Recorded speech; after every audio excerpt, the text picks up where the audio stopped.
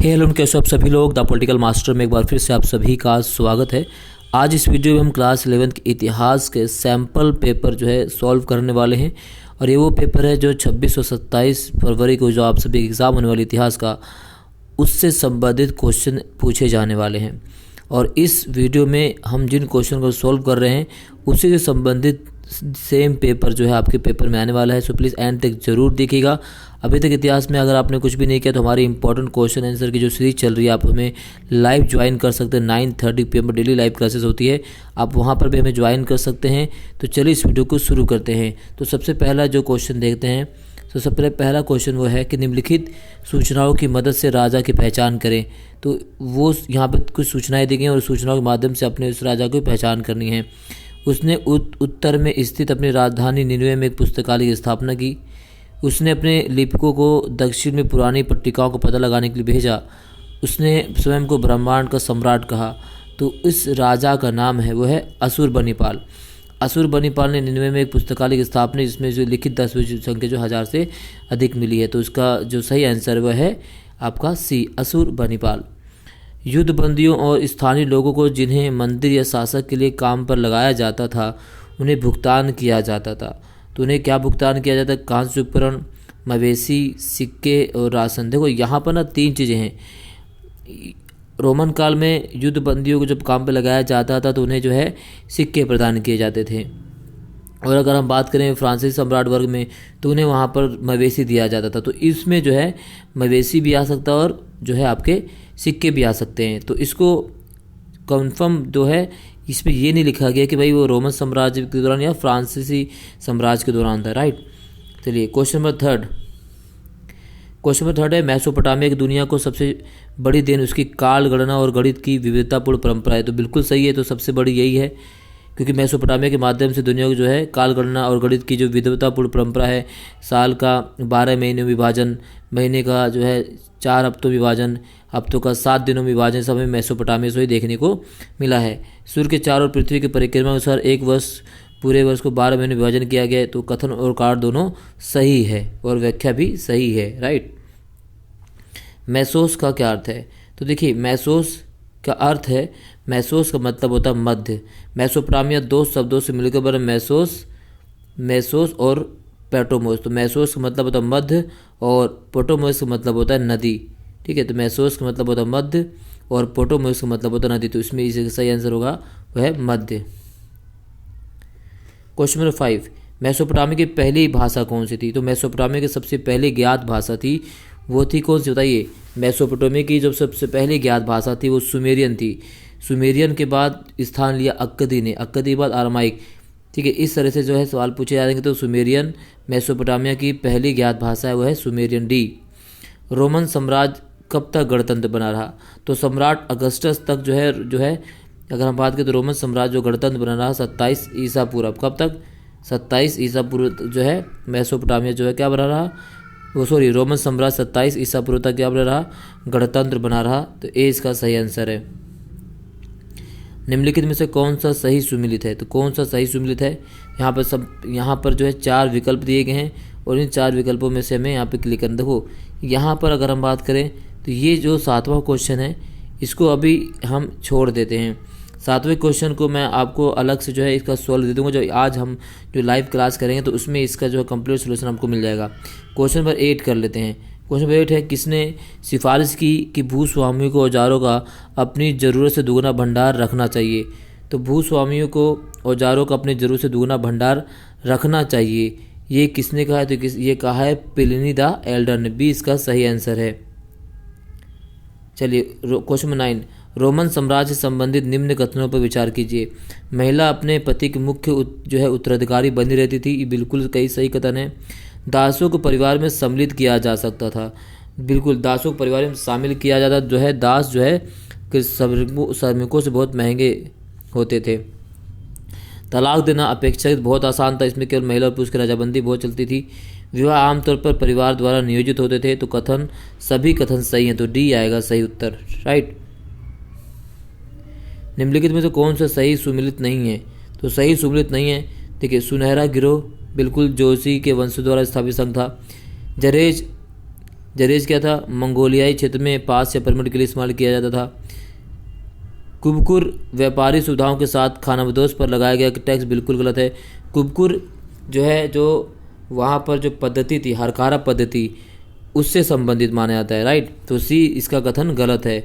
यास संहिता कानून बिल्कुल सही है, तो इसका जो सही आंसर वो है सी।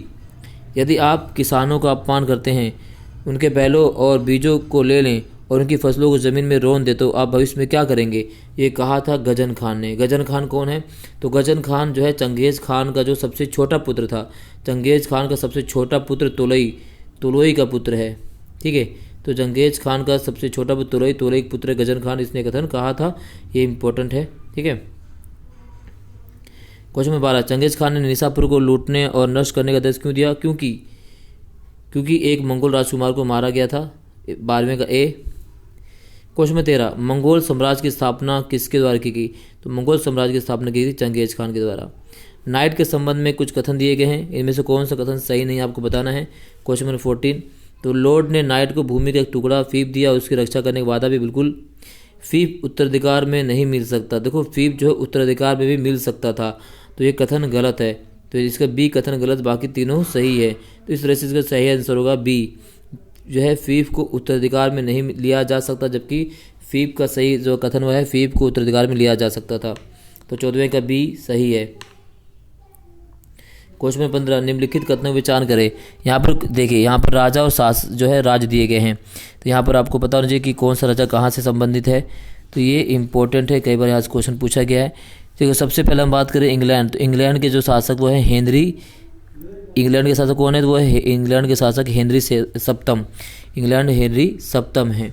इसी प्रकार से अगर हम बात करें तो और इम्पोर्टेंट राजा की बात करें, तो इसमें से ऑस्ट्रिया की कौन है, फर्डिनेंड। ऑस्ट्रिया के शासक फर्डिनेंड है, ये भी इंपॉर्टेंट है। तो यहाँ मिला सकते हैं भाई इंग्लैंड के राजा, इसको सही आंसर आएगा वो है ए, ठीक है। ए फ्रांस को है मैक्सिमिलियन रोबेस्पियर, ठीक है। और अगर हम बात करें ऑस्ट्रिया फर्डिनेंड, और यहाँ पर देख सकते हैं स्पेन की बात करें तो स्पेन जो है यहाँ पर, ठीक है, स्पेन जो हो जाएगा लुई 16।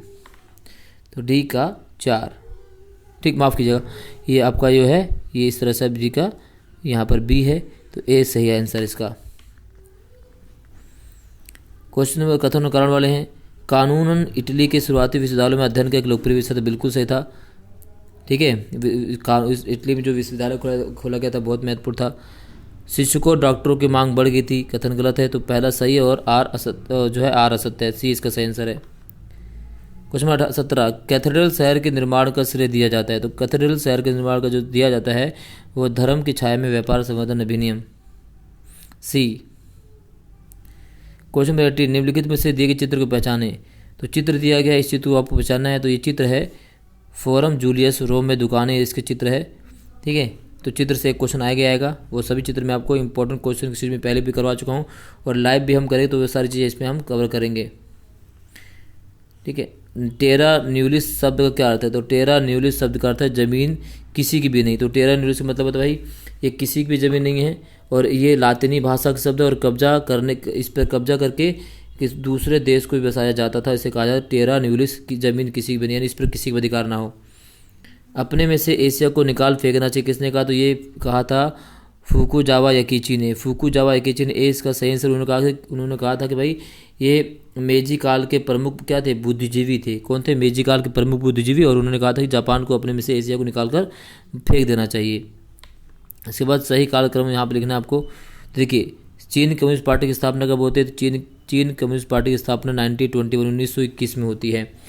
और अगर पहले अफीम युद्ध की बात करें तो पहला अफीम युद्ध जो होता है 1839 से लेकर 42 तक चलता है, ठीक है।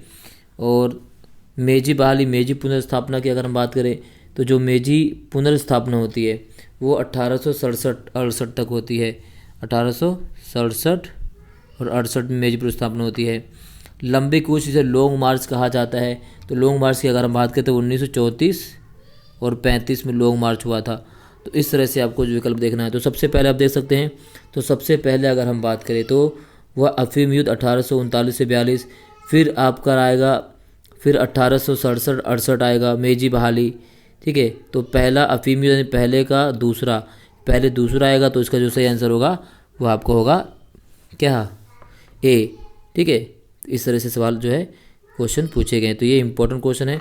इसी प्रकार से यहाँ पर 2 नंबर वाले जो है क्वेश्चन पूछे गए, 3 नंबर से क्वेश्चन पूछे गए। दक्षिण मेसोपोटामिया कृषि कई बार संकटों से घिर जाती थी, ये इंपॉर्टेंट है, इसका भी हमने इंपॉर्टेंट क्वेश्चन में कवर कर रखा हुआ है। 3वीं शताब्दी का संकट पहले 2वीं शताब्दी के शांति अवधि से किस प्रकार भिन्न था। चंगेज खान की सैन्य उपलब्धियाँ क्या थी, पुनर्जागरण से क्वेश्चन पूछा गया है। ऑस्ट्रिया के मूल निवासियों के इतिहास से क्वेश्चन पूछा गया है। उत्तरी अमेरिका के मूल निवासी मंगोलों के खानाबदोश संगठन से जो 8 नंबर से क्वेश्चन पूछा गया है। चंगेज खान से 8 नंबर क्वेश्चन पूछा गया। जापान में आक्रामक राष्ट्रवाद मेजी पुनर्स्थापना से क्वेश्चन पूछा गया है। ये सब 8-8 नंबर वाले क्वेश्चन यहाँ से पूछे गए हैं सभी क्वेश्चन। और इन सभी क्वेश्चन को हम इंपॉर्टेंट क्वेश्चन किसी में लाइव करवा रहे हैं, तो आप हमें लाइव ज्वाइन कीजिएगा। 9:30 PM पर डेली लाइव क्लासेस इतिहास चल रही है। और हमारे इस प्रयास में आप सहयोग कर सकते हैं हमारे चैनल को सब्सक्राइब करके और ज़्यादा से ज़्यादा मात्रा में से शेयर करके हमारी इस मेहनत को आप सफल बना सकते हैं। आपकी छोटी सी सपोर्ट हमारे लिए बहुत ही महत्वपूर्ण भूमिका निभाती है हमें मोटिवेट करने में। So please support us, subscribe us, share कीजिए, लाइक कीजिए। इसी प्रकार से हमारी जो है आप सभी की वीडियो के लिए हम लगातार तत्पर काम करते रहेंगे। तो ये चित्र संबंधी क्वेश्चन पूछा गया, ये सारी चीज़ें हमने दिखा दिया आपको कि क्वेश्चन कैसे आने वाले हैं। मैप सभी हम सॉल्व करवाएंगे। अब लाइव सेशन में एक मैप एक क्वेश्चन को सॉल्व कराएंगे। तो इस वीडियो में बस इतना ही। वीडियो पसंद आई है तो लाइक शेयर कमेंट जरूर कीजिएगा। चैनल पर नए हैं तो ज़रूर सब्सक्राइब कर दीजिएगा। और एक छोटी सी बात मैं और सभी से कहना चाहता हूँ, लास्ट जो वीडियो हमने फिजिकल एजुकेशन की डाली थी उसमें कुछ त्रुटियाँ थी, उस त्रुटि के लिए मैं आप सभी से माफ़ी चाहता हूँ और मानवीय त्रुटि होने के आधार पर उसे माफ़ कर दीजिए। बहुत बहुत धन्यवाद। जय हिंद।